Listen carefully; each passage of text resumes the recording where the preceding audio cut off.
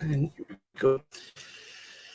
Hello, everyone, and welcome to another edition of the Double Digit Hockey Show. I am excited for this show today.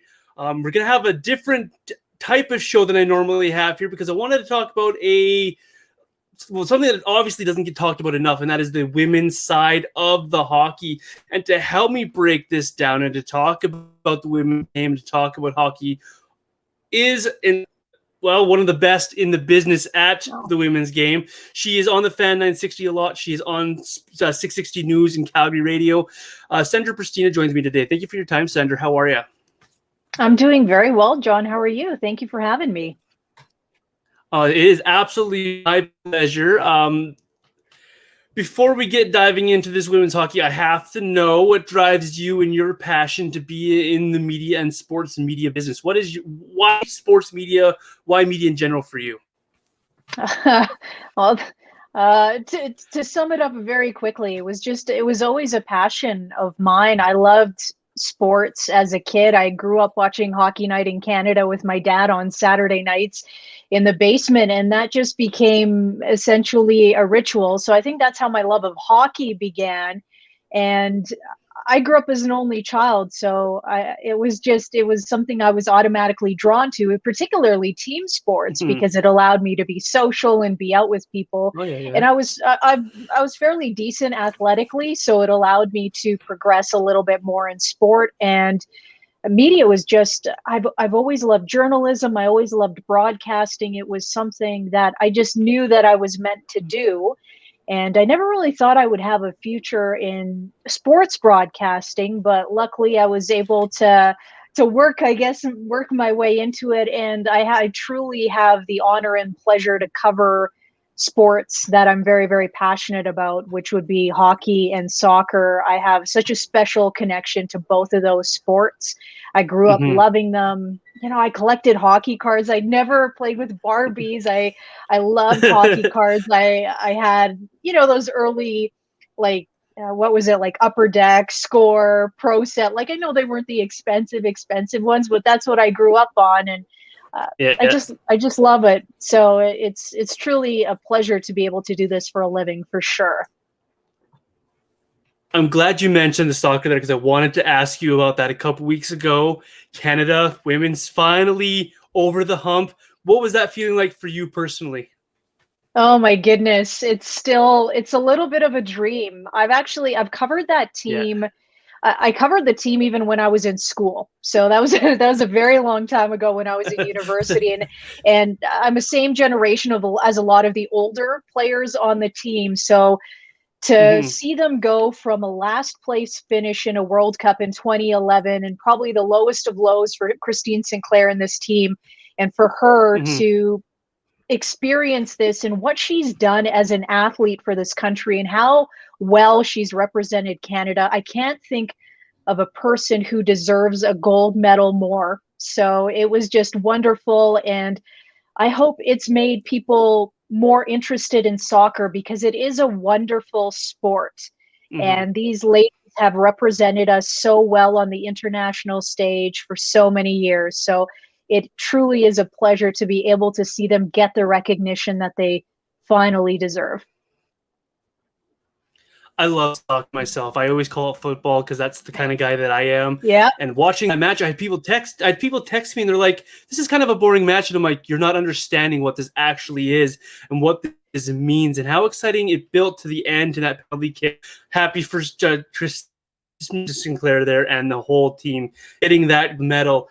Now I have to ask your favorite hockey memory from the female side of the game. Take us back. What is it? Favorite. I probably have three. It's very difficult for me to whittle it down. And this is taking it back way back. Haley Wickenheiser's dad was actually my homeroom teacher when I was in the seventh grade. Mr. Wickenheiser, lovely man. And Haley was just making her way onto the national team. She was 16 years old. She was really young at that time. And he brought her in because he knew I was a fan. He brought her in to meet me and one of my friends.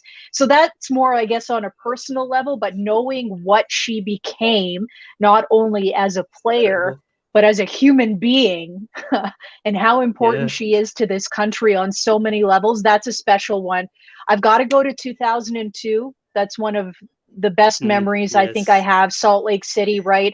I think of the David Goliath story, Canada playing US in the US.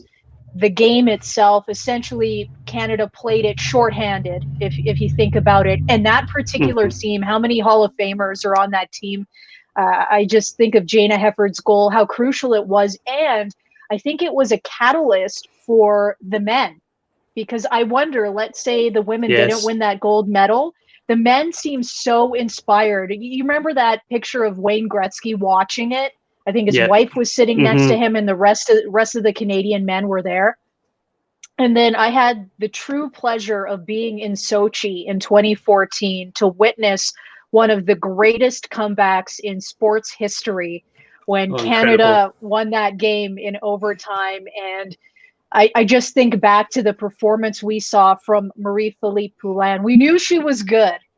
But I don't think anybody knew just how good she was in that particular game. So those are my three. It's very hard for me to pick because they're special on so many different levels. And I think as a fan and as a journalist, you have moments that are indelible in terms of parts of your life. So when you were a kid, when I was in university, when I started my broadcast career. So it all sort of fits in, if that makes sense. I'm glad you mentioned both of those moments in 2002 and 2016. Chills just listening to those stories of you in those moments. 2002 is my favorite. I loved watching the back-to-back of the women's and then the men. Incredible moments there. So thank you for sharing your moments with us. Okay, we finally get it this year. The Women's World Championship. It's been delayed. It's been moved. It's been promised. Been taken away. Big story over and over. COVID. Thank you for messing everything up for us. For those who may not have been able to follow along with this story, can you take us back to when it was first supposed to happen and the process of getting it finally started here in Calgary? Yeah, so like you said, our world's changed over a year ago. So maybe February, March of 2020, you could see the wheels in motion. Something was happening, obviously. I happen to work in a newsroom 5 days a week. So just from the news side of things, we knew something major was happening in the world.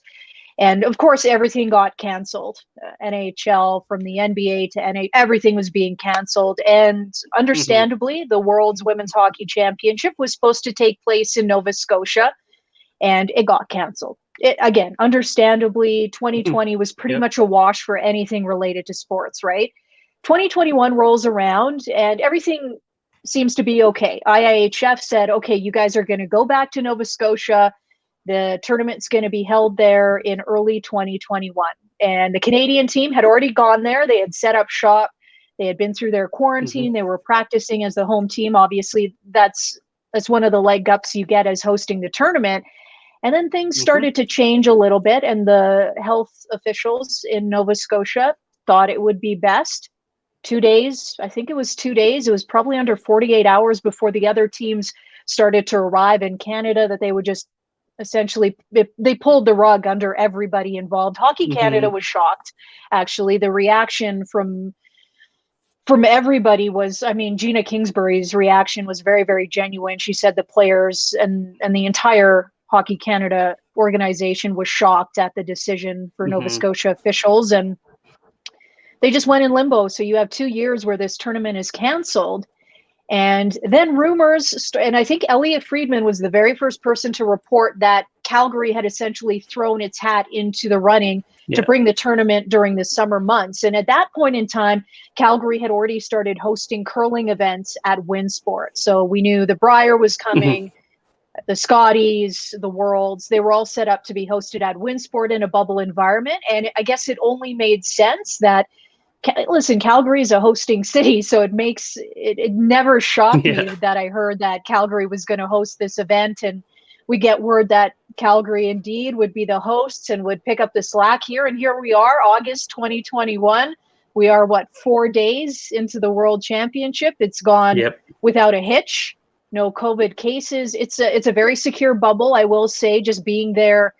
It's the players we're completely separated. So the media has this one little section. It's in this little balcony. We have to go through a separate entrance. We have a separate bathroom. We have just one, snack area, and that's it. We don't see anybody in person. We do all of our interviews. All of the scrums are done through Zoom.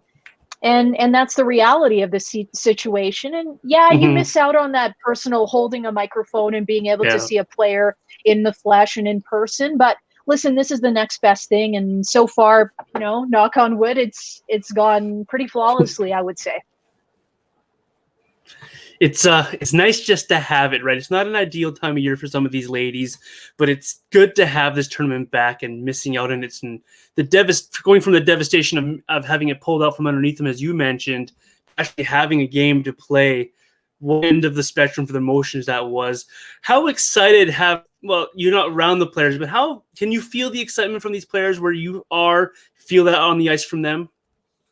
Yeah, we've been talking to them through these Zoom calls, and I can just sense a bit of relief in them saying finally, because listen, if you look at it, even just take the pandemic out of it, it's been a tumultuous few years for women's hockey. The CWHL, particularly in Calgary, it was a bummer.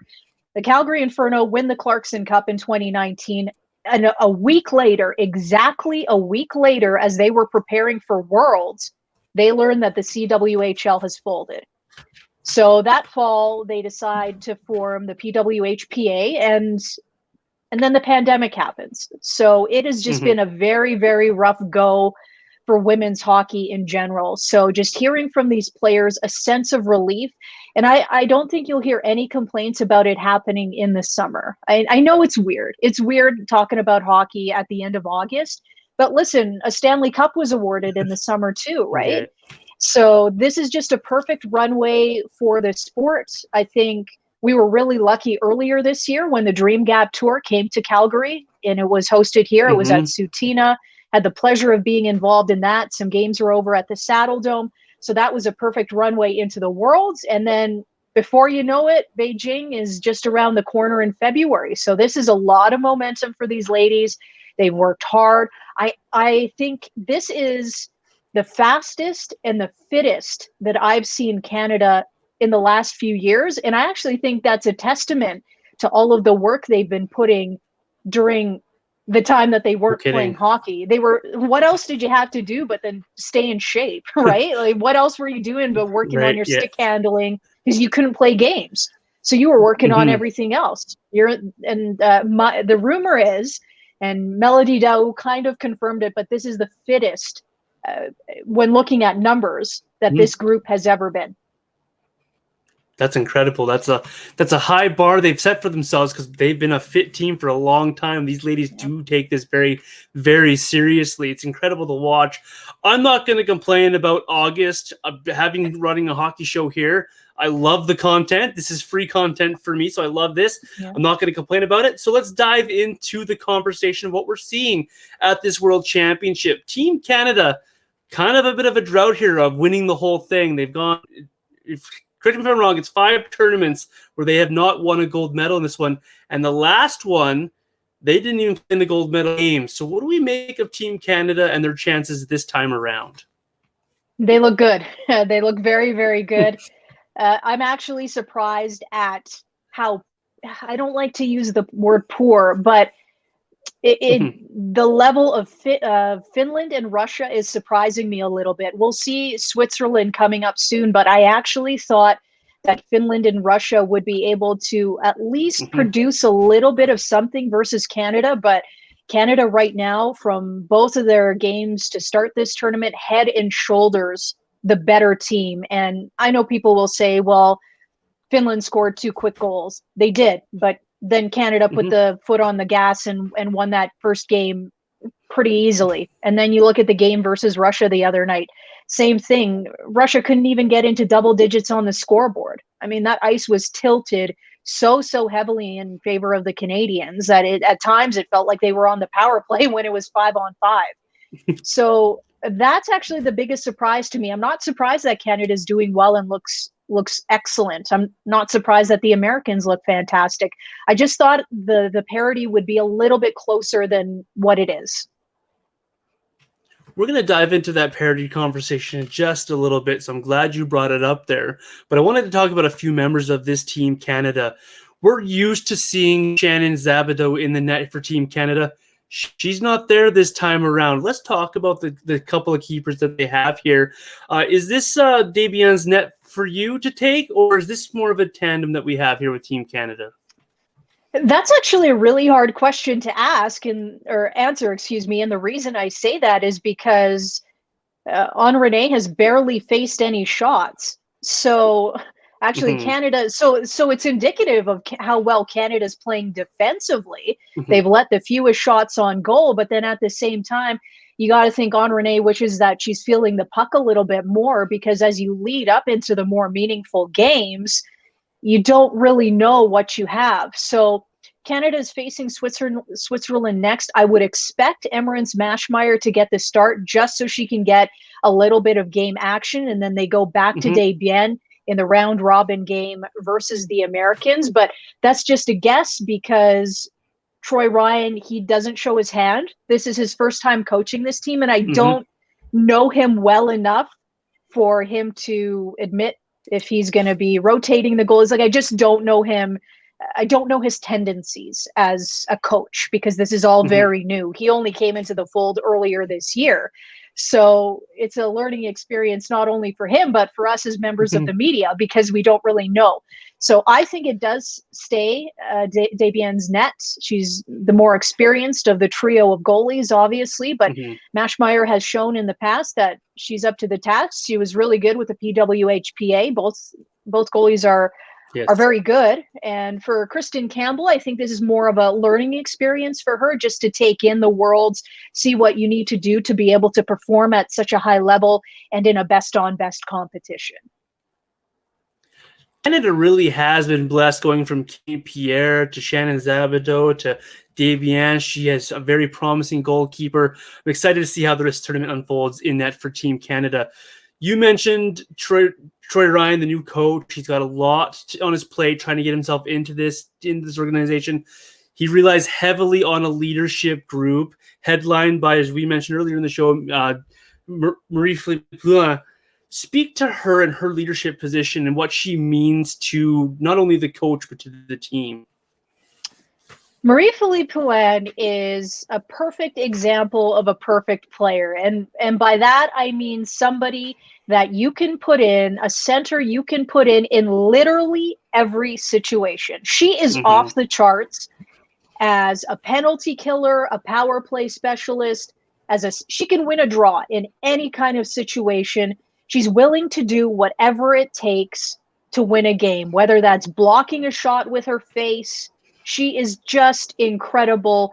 And then the skill. And what I've really enjoyed actually about watching her is I really enjoy watching her during warmups, because she's always working on her one-timer. And she's one of the 3 players who stays on the ice until the very end. And then she starts working on like lacrosse shots. So batting the puck out of the air, swooping it around, doing that.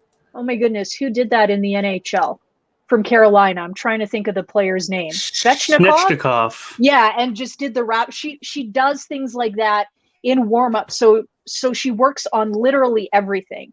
And she seems just like she's very easy to be around. She seems like a fantastic leader. You can see her on the bench and she's checking to make sure everyone's okay. She's patting you on the back saying good job. So I think Canada is in very, very good hands with her wearing the C. And it's wild to me to think that she's 31 years old, because it just seems like yesterday that she came into this program, but she is very special. She's incredible. I call her a cross between Nathan MacKinnon and Patrice Bergeron on the women's side of the game. She just has that calmness of Patrice Bergeron, but the skills of a Nathan MacKinnon. She's incredible. And someone got into me with the conversation of, is she the best female in the game right now? And it's hard to argue against that right now. this Canadian team is not short of veterans. They've got quite a few veterans in the forward group here. A few I wanted to hit on. Jenner, Spooner, Johnston are all there. They've all been there before in World Championships. Speak to the leadership group of Team Canada outside of the captain and who they have there to rely on. Brianna Jenner is probably my favorite player. I really had the pleasure of watching her throughout the years, and she was a member of the Calgary Inferno for a really long time. And she just does the right things. She's willing to go into the blue paint. She's willing to take cross checks to the back of her, to the back of her body, just so she can be in front of the goalie. She works on deflections. Just watch her in a game, and she can tip shots. She can deflect shots. She goes into all the dirty areas. So Brianna Jenner, she leads by example, and there are no qualms about it. If Marie-Philp Poulin was not wearing the C, Brianna Jenner would be wearing the C. Rebecca Johnston, coming off of an injury, it's so good to see her back in the fold. Mm-hmm. She is a pure sniper. I love her edge work. She is constantly working on her skating. She's a little bit smaller in stature, not tiny, but smaller in stature, but that allows her to weave and do a lot of things on the ice. And Natalie Spooner is a true power forward. I think her chemistry actually that she has with Sarah Nurse cannot be understated. If you talk about pairings on the team, I always look at Poulin, Jenner, Johnston, Blair Turnbull, Sarah Nurse, Natalie Spooner. These are these pairs that have been around together for a very long time, whether it be on the international stage or professionally, whether it was with the CWHL or PWHPA, and they have these natural chemistries. Natalie Spooner, she's just a blast to watch. She always wants the puck on her stick because she can do something with it. And she's a great power forward. She's not afraid of just driving to the net. So just a lot of these ladies have been through a lot. They've won gold medals, but they've also lost gold medals. If you think back to 2018 in Pyeongchang, so they've seen a lot together, but a fantastic leadership group. And I think that means really good things for the youngsters who are coming up through the program, because if you look at the scoring so far at the Women's Worlds for Canada, it's really relying on its depth. And you've got players, newbies like Sarah Fillier, Claire Thompson. They're getting on the scoreboard and they're learning from some of the best. So I think this program is in very good hands with the path that's been led by those players that you mentioned.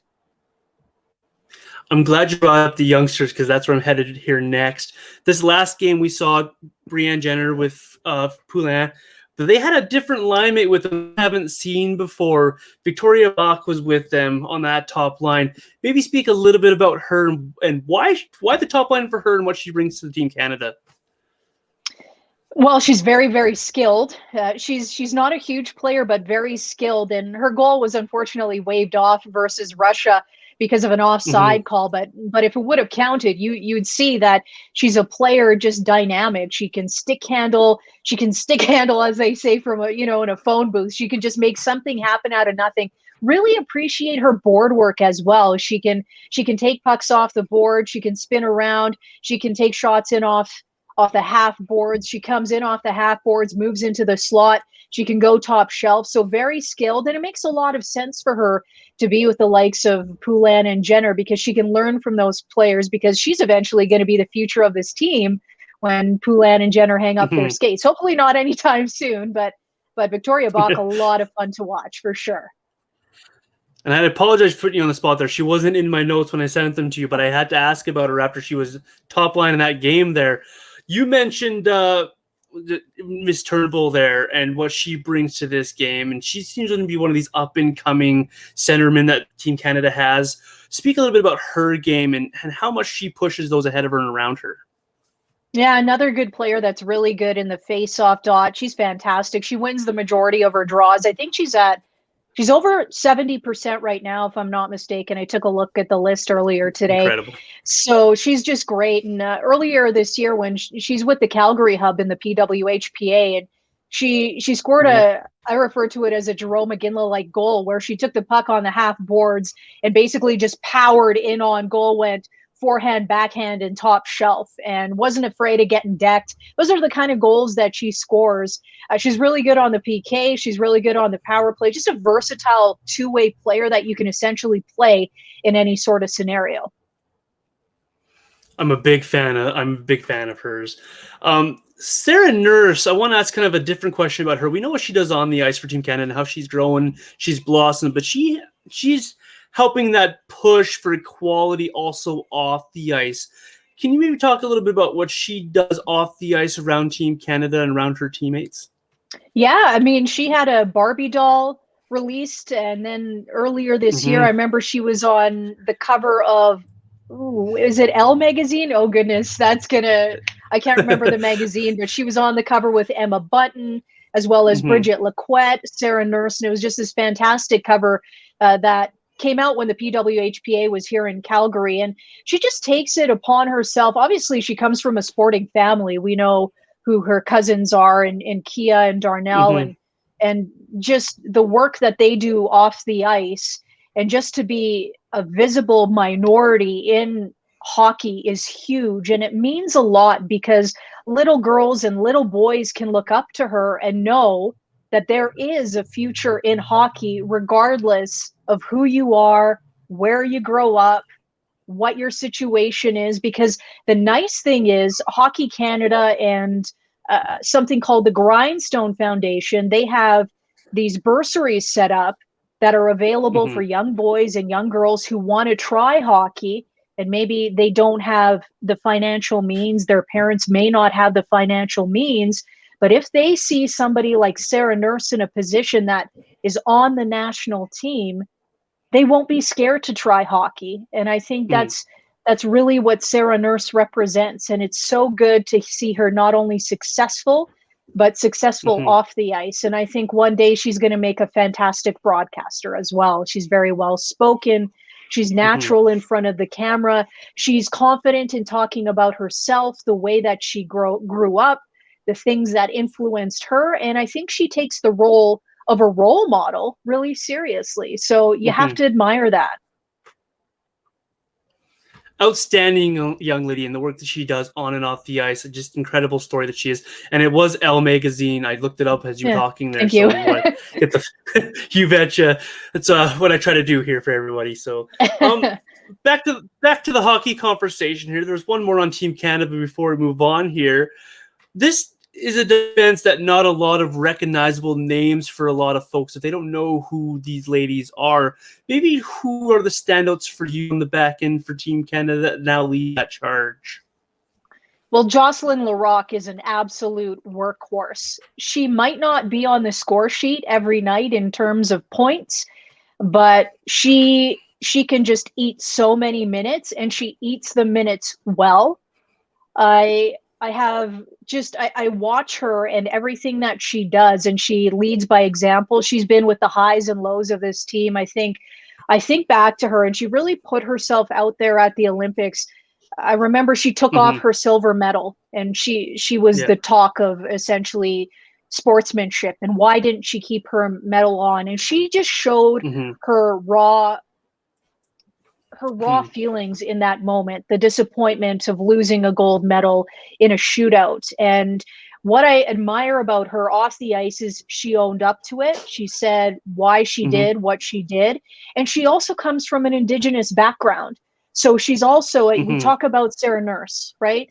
You look at someone like Jocelyn Larocque, and she also offers that to the Indigenous community, and knowing that somebody who is Indigenous can play at a very high level, can be an Olympian, win an Olympic medal.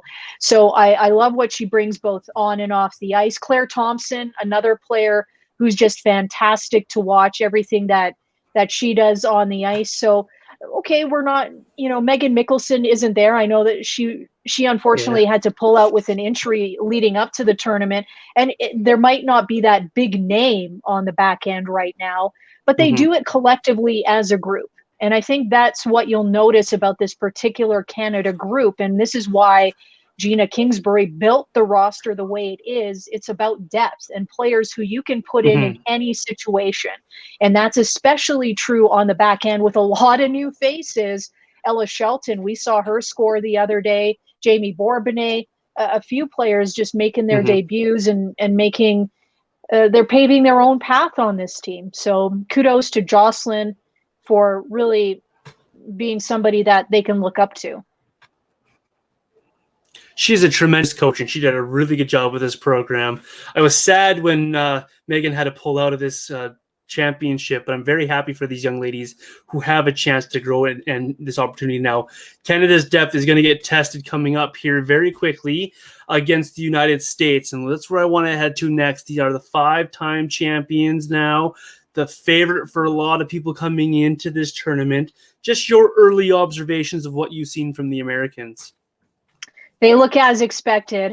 Goodness, Hilary Knight the other day scoring that 44th goal, her world's goal. So she ties Cami Granato, which is some pretty incredible company. Hilary Knight is always fantastic to watch. But for me, the Americans, everything they go through Brianna Decker. She is just such a fun player to watch. It was just such a treat to actually have her here in Calgary play for the Inferno that final year, and I'd never really seen her in person, right? Because she's a member of the US, and I didn't really know what to expect, but she is dynamic. She can change the game in the flip of a coin. So I think it's going to be a really neat battle just to see how Canada, if Canada can contain Brianna Decker, Hilary Knight, Kendall Coyne, Schofield. I mean, goodness. We talk about talent. We talk about speed. I think she took everybody by surprise when she was in that all-star game with the men, and she just whipped around that arena. She's speedy. She's feisty. She's their captain. Between the pipes, we probably knew her here in Calgary as Alex Rigsby, but she's Alex Cavallini now, and a fantastic goalie. They're great in goal, actually.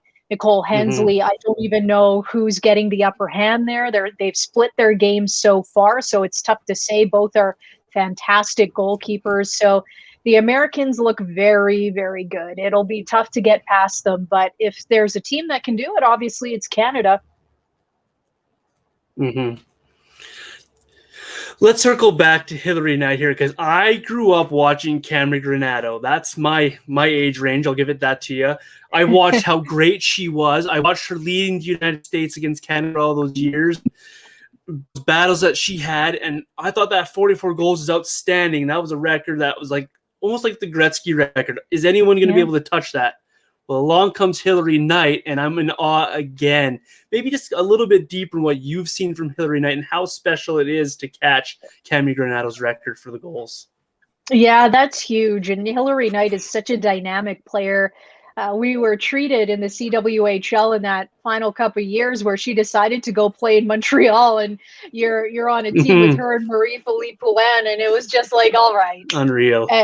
Just, that 1-2 punch, it would be like McDavid and McKinnon playing on the same team. And I mean, hopefully we'll see that one day. But Hilary Knight is just fantastic to watch. And I love watching her speed. I love watching her stick handle. That's probably my favorite. And she can, her goal placement, her shot placement, I don't know if there's anybody better. So just if you're new to the game, if you're new to watching women's hockey, keep your eye on Hilary Knight, because she's pretty dazzling is, I think, the word that I would use. Her running mate, you mentioned her too, Brianna Decker. This is another young lady who just seems everything she touches turns to gold, essentially. She's outstanding. Her great shot, great vision, great passing. What have you seen from Brianna Decker over her career? Everything that you mentioned, that's for sure. And she can just take a game bull by. She's a game changer, essentially. She's a pit bull. I remember this. Gosh. I remember this place so well. She was here with the Inferno in 2019. And at that time, Casey Bellamy, before she retired, she was with the Inferno as well. And she just, she passed the puck to Decker, and Decker just split the D and just went inside out, top shelf. And it was one of the most spectacular goals that I have seen live in person. And that's who Brianna Decker is. She's a game changer. Maybe she doesn't play on the PK but when you throw her in on the power play 5-on-5, she can just do anything. I think she's one of those players, when you're down by 1 or 2 goals late in the game, you give her the puck. She's going to wind up in her own zone, go all the way down the ice and make something happen. So she is a game changer, absolutely. I am a Canadian through and through, but I have to say that if given a one shot, it would be hard not to choose Brianna Decker to be that one shot to win it all for me, because that's how dynamic she can be. You mentioned Nicole Hensley in goal there for the Team USA. I have her highlighted in my notes. I didn't realize how much of a split the U.S. was doing in goal there, but maybe a little what Nicole brings to Team USA and her ability to essentially steal a tournament for Team USA. Well, listen, Alex Cavallini, she's got a lot of experience, and I think it's going to be the thing with goalies is when a goalie has a history, you normally go with the goalie with that history when it comes to knockout stage games. So I'm actually really curious the way that they're going to go in goal, because they haven't shown their upper hand. I truly think that they're okay in goal either way. But with Hensley, just watching her earlier this year with the PWHPA when they were in the US, and I thought she was fantastic. I wish I could see more of her, because she's actually a little bit newer to me in terms of just getting my eyes on her. But I think for the Americans, it doesn't really matter who's in goal. I think they're both probably the 2 best keepers at the tournament, I would say, just given their resume and the experience that they have. We talk about all these big names, the Brianna Deckers, the Hillary Knights, but who is one player that we're not talking about enough on Team USA that you see could have a really big tournament here for the United States and help them maybe advance into a gold medal? Well, Skamura is probably up there for me. I think, just playing alongside Decker, that makes such a difference.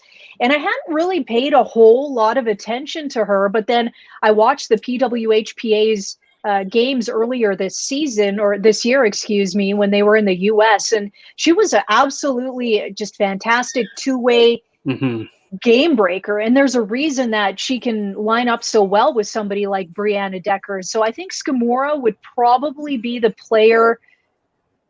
Yeah, I'd probably say of all the American players, I'd probably say keep an eye on her, of the ones that we haven't mentioned, at least. Yeah.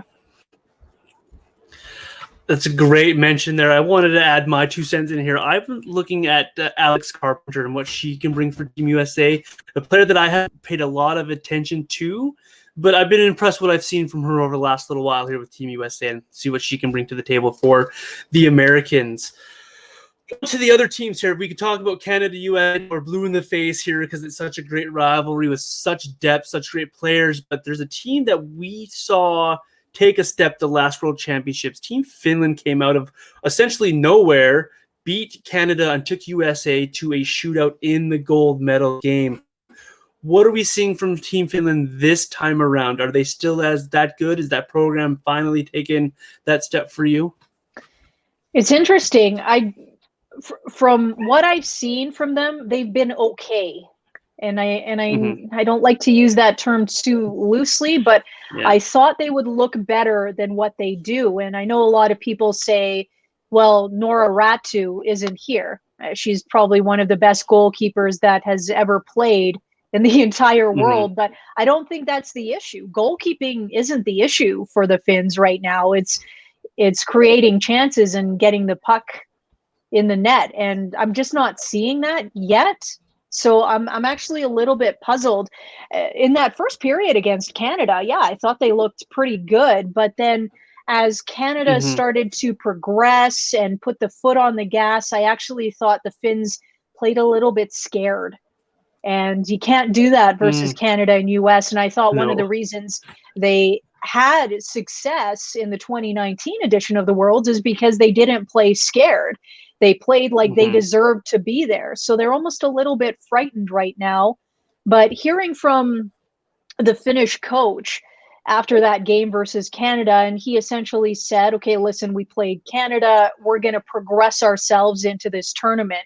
So given the fact that we don't really have a basis of comparison for the past 2 years, you have to give the coach the benefit of the doubt, and we'll see how they do towards the end of the round robin stage, and if they feel a little bit more comfortable in their skin. Because of course, as the hosts and for the Americans, the travel wasn't that far, right? You have to think in a pandemic and dealing with so I'm wondering if they're still getting accustomed to being in Calgary and just dealing with everything here, and then they'll be a little bit more comfortable as the tournament progresses. That's just me sort of spitballing, because it's tough for me to say what the issue is, because there is no basis of comparison. So because it's not the same team from 2019, right? Players have moved on, the personnel has changed, so there's just so many variables, you just don't know, and you'll see it as you go.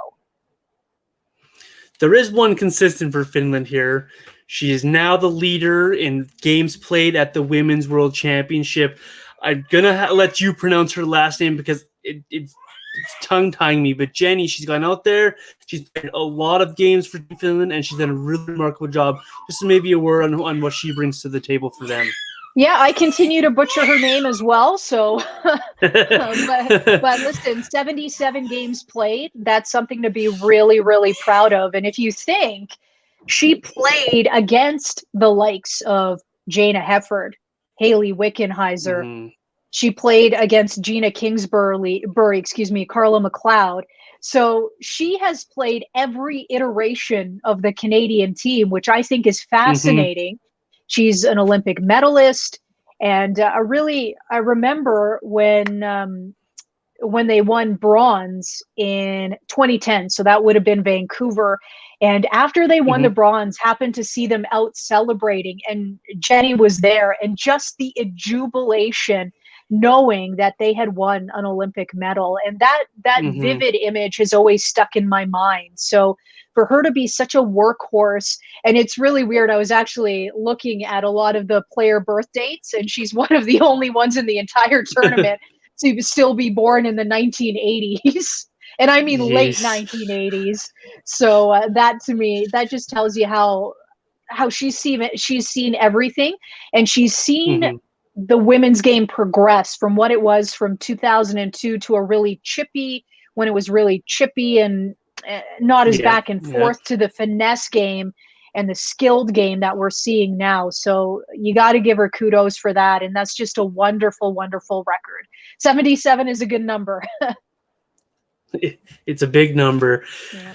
Her teammates definitely look up to her, and you can see her experience coming through for Team Finn. You can see her leadership coming through for them, and you can see her influence on younger players starting to come through on Team Finland in the way that they play. They have a very player as well in that roster, in Michelle Caravanen, however, I'm not sure how to pronounce it there, but she has something special. Maybe a few words on what she brings for Team Finland. Yeah, also a two-time Olympic medalist, obviously was this close to being a world champion 2 years ago. And I think just the experience that she has over the past couple of years is really showing. And she was a standout to me, actually, as we saw versus Canada there. So if people are wondering, hey, who should we watch in this tournament that isn't on Canada and the US, she's definitely one of them. She is probably my favorite player outside of North America. She's outstanding to watch. Team Russia is the team that confuses me a little bit, because that program on the men's side, they run away with a lot of things. They're very skilled. They're very good. And the women's side of that conversation, they seem to be a little bit slower to progress that program, but they seem to be coming on a little bit here. Maybe a little bit of what you've seen from Russia over the last couple of years here and in this World Championship. Well, Russia is starting to invest in women's hockey, which is huge. They've got their own professional league, and that's why we're seeing Russia starting to progress and starting to be in that top 5 conversation. I think if we're talking about this particular tournament, I think that they could make a run for 3rd place. It wouldn't shock me. It wouldn't be out of the realm of possibility. And I think the only issue with the Russians is that it would be, and this is a whole other issue about having a professional league, but they're only playing each other in this league. So it's Mm-hmm. only best on best Russian. And I think that Mm-hmm. that's where they stagnate. So somebody like Susanna, she should be dominating in another league. But unfortunately, yeah, Mm-hmm. she's putting up tens upon tens upon tens of points in the Russian league, but she's already too good for the Russian league. So she needs to move Mm-hmm. somewhere else. But kudos to the Russians for developing a league for the women. I watched a couple of streams earlier this year. The quality of hockey is quite good. So the fact that they're Mm-hmm. investing in this sport, and I know Igor Larionov is involved, Pavel Bure is involved. So a lot of those big names from the men's side are hoping and helping to see this sport grow. And I think you'll, as his career starts to wind down, I think you could see Alex Ovechkin getting involved because they all want to see this sport grow in Russia as it's grown Mm-hmm. for the men. Who are we watching out for on Team Russia here this year? Susanna would probably be the player that I would suggest. Mm-hmm. It's really tough. Unfortunately, just with the pandemic, it takes away the visuals of not being able to watch these players. So you go into this particular tournament without any tape. And unfortunately, versus the Canadians, I thought the Russians, other than the goalies who looked fantastic, I will say, I definitely thought that facing nearly 60 shots and, you only let in 5 goals. Mm-hmm. I mean, that is pretty good, to be honest with you. So other than the goalkeepers, it's really tough to be a judge so early on in this tournament. So I would probably say her, just if you're looking for pure skill, and then just seeing what they have to offer, because it's really tough. They've seen a lot of turnover in their program. Here in Calgary, we've always had Iya Gavrilova. She played for the Russians. She isn't on this particular team, so I would say watch her, but you can't watch her, unfortunately. So it's difficult. You have to actually basically be the judge yourself by watching and seeing who stands out. And unfortunately, against the Canadians, it's really tough because there still is that lack of parity between the two teams. That's where I was at as well with Team Russia. There wasn't a lot of tape that I could get my hands on either to see on that team. Interesting to see how they progress through this tournament. Now, a team that surprised me to be in Group A here at the tournament was Team Switzerland. How fast that program has come along. What are we expecting from the Swiss throughout the Women's World Championship? Well, the unfortunate news is Alana Mueller, who is their best player, was injured last game. She was she was one of the top players at the Olympics, one of the top players at the World Championship, had a fantastic college career, expecting to see really good things from her. She has the team's actually their only goal at this tournament so far, and she's been injured, and we're not going to see her against Canada. So that's really frustrating. And unfortunately, that means, again, we're going into a lot of unknowns with the Swiss team because we don't really know what they have to offer given this pandemic. And I know a lot of people will probably remember Florence Schelling. She was their goalkeeper for many, many years. She's now working with men's teams in Switzerland. She's been named a general manager there. So she's left a really good foundation for this team, but it's now about who's going to take that team that's not named Mueller and take it on their back and basically show that they belong in Group A. So it's a bit of a wait and see. And somebody had asked me a couple of weeks ago, who's a player that you want people to watch? And I had said Alana Mueller, and unfortunately, we may not see her anymore in this tournament, which is very unfortunate. Hopefully she's healed up enough for the Olympic Games if Switzerland can get there as well. Group B is interesting to me because there's not a lot that will pop at anybody who just scans across the list of teams there. But I see Japan and Hungary and Denmark there, teams that we don't traditionally see in a women's tournament. Speaking to the growth of the women's game, what have you seen across Group B so far through this tournament here? Well, I'd probably say the Czech Republic probably deserves to be in Group A because they've looked head and shoulders above everybody else. Alana Mills, I believe she had a multi-point game again tonight, so I think she's leading the tournament in scoring now. A really neat, actually, a really neat connection with the Czech team is their coach is Thomas Pacina, who was a coach here with the Calgary Inferno, with the Olympic Oval Extreme. So there's a really cool Calgary connection. He's been involved in the Calgary sports scene for many years, and he's, of course, from the Czech Republic. So he's coaching that team now, which I think is fantastic.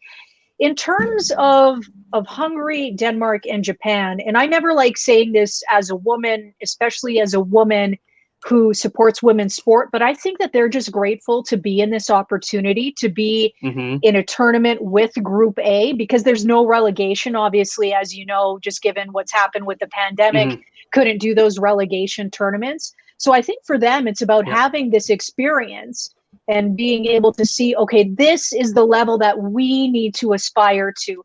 This is how much funding and how much development needs to go into our women's programs to get us to the level of, say, a Finland, a Russia, perhaps a Switzerland, because obviously, you know, Canada and US are here, but you've got this other echelon, and maybe Hungary, Germany, Denmark, Japan, they want to work their way into there. I think the Czech Republic, to me, actually, I would say is that they're already there. They're part of the conversation for me as a top 5 team. And that's what these other teams should try to aspire to be, and take this experience with them. Take what it's like being at a world championship with them, the travel, what it's like playing on back-to-back nights, what it's like just being in a tournament setting like this. It's huge for the growth of the women's game to have these teams here. Someone looked at me and they told me, well, why did Japan and Hungary even come? Like, they're countries that don't have, like, you got to grow the game somehow. And this is one great way to grow the game, bring them to the tournaments and let them see how it is. So thank you for those thoughts on that. There is a team at this tournament that we've seen win medals before, and that's Team Sweden. 2006, they were winning the silver at the Olympics, and they had a really good program going. They have fallen off a little bit. I'm not sure if you have any insight there, but what have you seen from Sweden and why they're down now in Division 2? Yeah, it's just a lack of development, unfortunately, and it really surprises me because Scandinavia predominantly has been known as such a hotbed for hockey, whether it be men's or women's, and they do have their own league there. But for whatever reason, this particular group has fallen off. I'm assuming it's just a generational thing, because as far as I'm aware, the funding in that country hasn't really changed. So perhaps that's part of the issue, is that they're not putting enough funding into women's hockey. But not having them here, it's a bit of an eye raiser, because let's say you're just somebody that casually follows hockey. You're like, well, where is Sweden? Where's the blue and yellow, right? Because you see the Finland, you're like, oh, Suomi's here. You know, you should have the blue and yellow, but not here. And listen, it could be a generational thing. I don't really know, unfortunately. And that's a lot of questions to ask of the Swedish Association and see what the issue is there. It was weird preparing notes for a world championship where you went Canada, US, you got your Russia. Oh, Sweden is normally that 4th, maybe 5th team that people spit out when they talk about hockey. It's weird they're not even in the top 10 right now, so that's interesting. I wanted to put some time here at the end of our conversation quickly for a few listener questions outside of just the World Championship, and I had some really good responses through social media. Someone wanted to know what it was like to be there and call in Calgary Inferno games and watching the game grow at a local level. I'm a born and raised Calgarian, and I guess I can say that was an absolute dream come true, because I find that I kind of live vicariously through these players, because I knew I was never good enough to play at that kind of a level. So the fact that I can somehow be involved and hopefully share my passion for the sport, my passion for this city, and wanting to see this city succeed on a sporting scene, that's what it meant to me. When they won the Clarkson Cup, it was Jenna called the games with me, Jenna Cunningham. She was a member of the Inferno for many, many years, and just getting to know her through our years of calling the games, and how hard these players worked. And knowing that, yes, it was a professional league. However, it was these these players had full-time jobs. They're teachers, lawyers, police officers, you name it. And yet they were sacrificing, doing early morning practices, traveling across the country to play these games on back-to-back-to-back nights with travel. And knowing the sacrifice that they put in, particularly as women, because you know, the reality is that eventually some of us want to get married, some of us want to have children, some of us want to have different responsibilities. So putting your heart and soul into this team when you're essentially not getting paid, you're not really getting your equipment for free, the practice times suck. And I will say that when you're up at 6:30 in the morning practicing before you have to go to your 9-to-5 job. So knowing the heart and the soul and the sweat and the tears that the Calgary Inferno put on the line to bring us a Clarkson Cup, that's why it was so heartbreaking to see this league fold. And it just happened as the team was starting to build some momentum. And I had when Brian Burke released his book last year, he was doing like a interview book tour.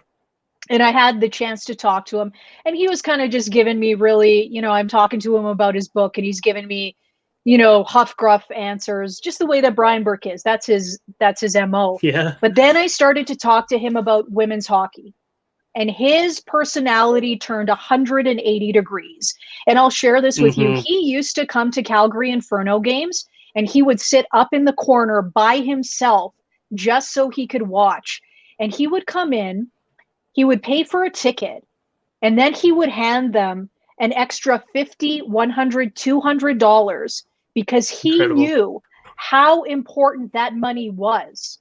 And it was so fascinating to hear his passion. He told me his favorite player is Rebecca Johnston. He loved the Inferno. That he said that was actually one of his highlights of being part of the Flames organization, was seeing the growth of hockey in Calgary in the women's game. So just to me, to be part of that and to be able to, on a personal level, to be able to call games, not only on the stream, but on the radio, because I grew up listening to Peter Marr, and to even just be a smidge of the broadcasting history in this city with hockey, it's probably one of the greatest honors of my life.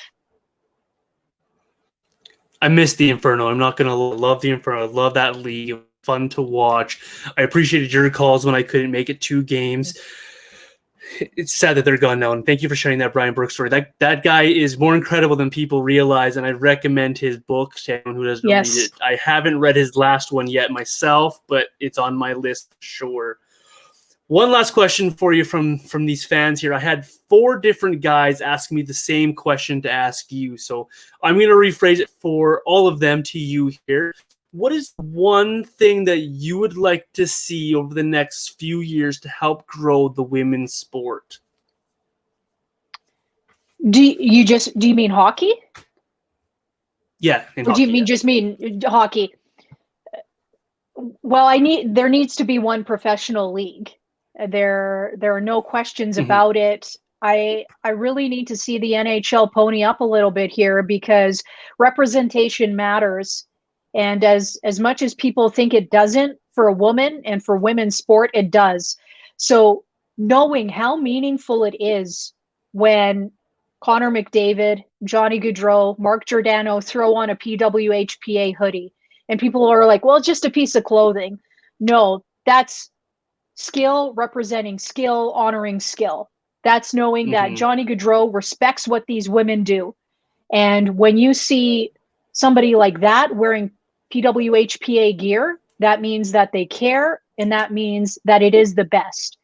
So there needs to be one league. And the reason we're seeing some of these countries, we talked about it, Finland, Sweden, Russia, they're stagnating right now, is because they don't have anything to aspire to. But yeah, they've got national professional leagues, but until you have the equivalent of an NHL for the women, the game is not going to grow. And there's this huge divide right now. There's the National Women's Hockey League in the US, and I respect what they're trying to do, and that's fine. But if you look at the women's worlds right now, 250 players are here. are involved in this. One player plays for the National Women's Hockey League. 125 play for the Professional Women's Hockey Players Association. So Wow. the fact that there's that divide and it's such a divisive thing, and that they can't come together and create something, someone needs to take the bull by the horns. And what frustrates me is that people will talk about it ad nauseum, the fact that you need a league, you need a league, you need a league, just like I'm doing right now. But somebody needs to pony up. Look at the WNBA as an example. Those players are, the way that they represent that league is incredible right now. But if you think to the ownership when the WNBA first started, I wonder how many years they were in the red, but yet they stuck to it knowing that they were going to grow the game of basketball. And now look at the WNBA. They're on TV all the time. The games get visibility. You've got marketing from LeBron James, from Steph Curry. You're getting your own shoes. They've got an incredible CBA. So follow in the footsteps of the WNBA, but somebody needs to take that chance on women's hockey. Somebody with some deep purse strings. And if I can go back to something actually Christine Sinclair said after she won that gold medal in Tokyo a couple of weeks ago, she told the media on a media call, she was on a Zoom with us, and she said, we need somebody with deep pockets to bring professional soccer, women's soccer to Canada. The same thing needs to be done with women's hockey. And it needs to be one league. And I would love if the NHL could step up. And I know Gary Bettman has said, well, as long as these two leagues, these two entities are going head to head, we're not going to do anything. But we are losing precious years of some of the best players. How shameful is it that we haven't seen Marie-Philp Poulin, Hillary Knight, Brianna Decker, Rebecca Johnston in a pro environment? That's sad. Yeah. We've lost 2 years of the best players in the world. Can you imagine not seeing Connor McDavid and Sidney Crosby not playing for 2 years? It's such a shame. And that's all it comes down to. Somebody needs to figure it out. They need some sponsors. Why not a WestJet? Why not an Air Canada? I know travel is an issue. Listen, it was an issue with the CWH or Canadian Women's Hockey League because, I mean, traveling, Calgary was the furthest west team, so it made it really difficult. But get some sponsorship. Just do something. Somebody, Jana Hefford is trying, but she needs help. And, you know, there's a lot of rich people in Canada. I know there are a lot of rich people in Canada. Take a chance on women's sport because it unites people. Just look at the women's soccer team, what that did for Canada. I mean, absolutely. Look at what the Sochi win did for Canadian hockey and that come from behind victory. You got to reward these women. Give them a chance. They will not disappoint you. They will not disappoint you. It is a good product. The game has grown by leaps and bounds from maybe what some people remember women's hockey being. It is skill. It is fast. It's exciting. It's tenacious. Just give it a chance. People will come. Bring it. They will come. They will come. But we got to build it. And that's where we are. Somebody needs to take a chance. That's my exclamation point right there. Take a chance. I love it. I love it. And I will echo that. I love what you said there. I love the passion in your voice, and I will put my voice there with you.